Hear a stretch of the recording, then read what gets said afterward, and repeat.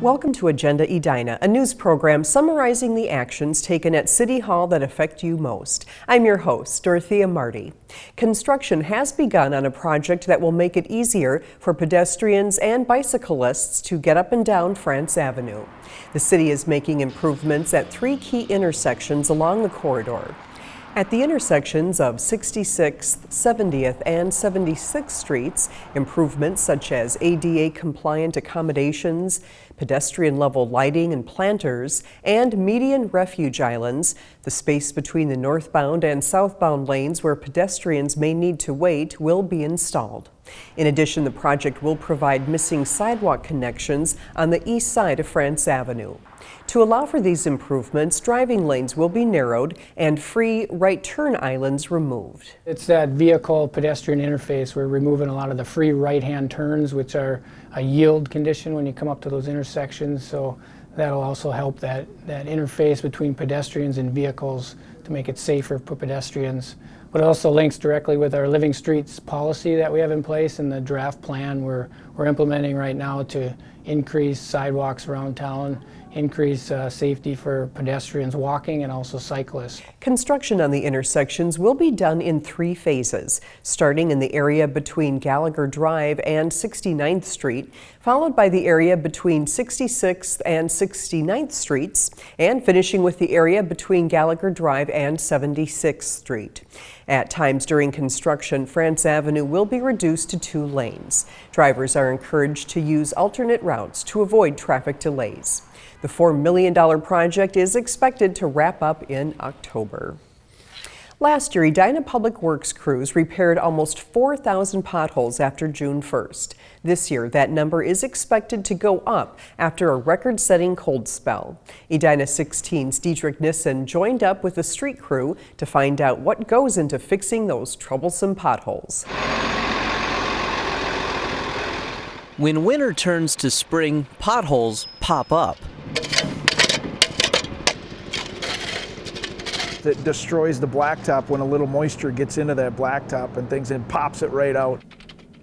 Talks about a low spot that holds water. Edina Public Works Street Supervisor Sean Anderson says there have already been more than 100 requests for repairs from residents. This was a very harsh winter, both temperatures and amount of snow. It took a toll on a lot of our streets. But delays can happen with the intermittent winter storms. If now, like the next couple days could be rainy, we can't get out and do any patching, so we kind of fall behind a few days. It takes us a few days every day we fall behind to get caught back up. That's why he says it's important to take advantage of warm weather and get crews out on the street.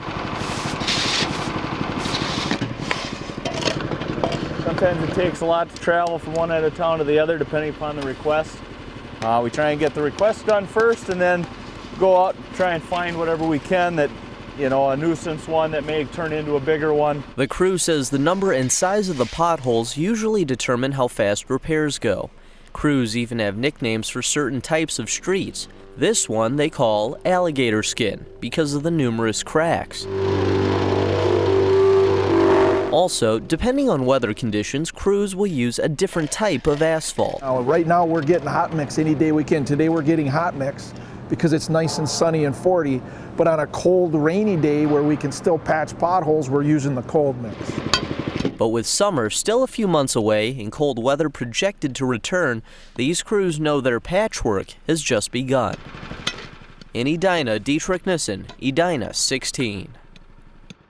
If you see a pothole that needs to be repaired, fill out a report a problem form on the city's website at www.edinamn.gov/publicworks.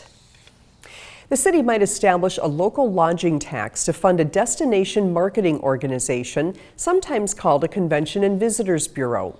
Many cities have Convention and Visitors Bureaus to compete for tourism business and market the community. The Chamber of Commerce asked the city to impose a 3% tax to fund the new organization to be called Explore Edina. Explore Edina would be an independent subsidiary of the Chamber and would engage in marketing and tourism activities under the direction of Chamber staff.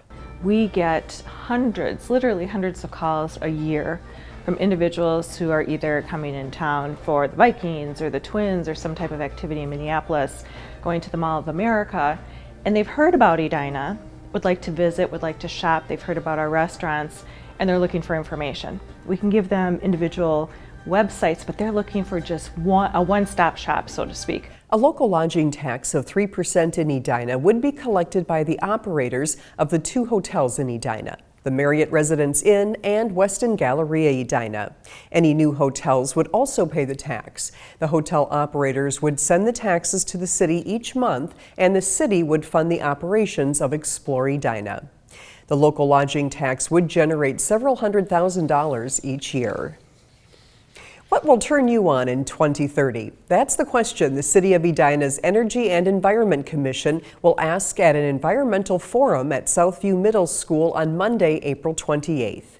The event will include an action resource fair from 6 to 7 p.m. The program will begin at 7 p.m. and will feature keynote speaker Michael Noble, Executive Director of Fresh Energy. In addition, students from Cornelia Elementary will share their Paper-Free Earth Day project, and students from Southview Middle School Environmental Group will act as hosts, present a skit on what will turn you on in 2030, provide valet bicycle parking, and report on their many environmental projects. Edina High School Project Earth Leaders will unveil their project to power electronic devices from a solar-powered kiosk in the school media center. Noble and other speakers will address the theme of powering our energy future throughout the evening by examining how energy systems will be different by the year 2030. Edina is full of traditions. You know, they win state championships, they're a fantastic school system. And now the students tell me they want to leave a legacy, you know, of what in the future, how can Edina be shifting towards a future that you know, is a little healthier as far as energy use. So the kids have really come to us to say it's time for us to start reimagining a new way that Edina is going to have a future. The event is free and open to the public. Thanks for watching this episode of Agenda Edina. I'm your host, Dorothea Marty.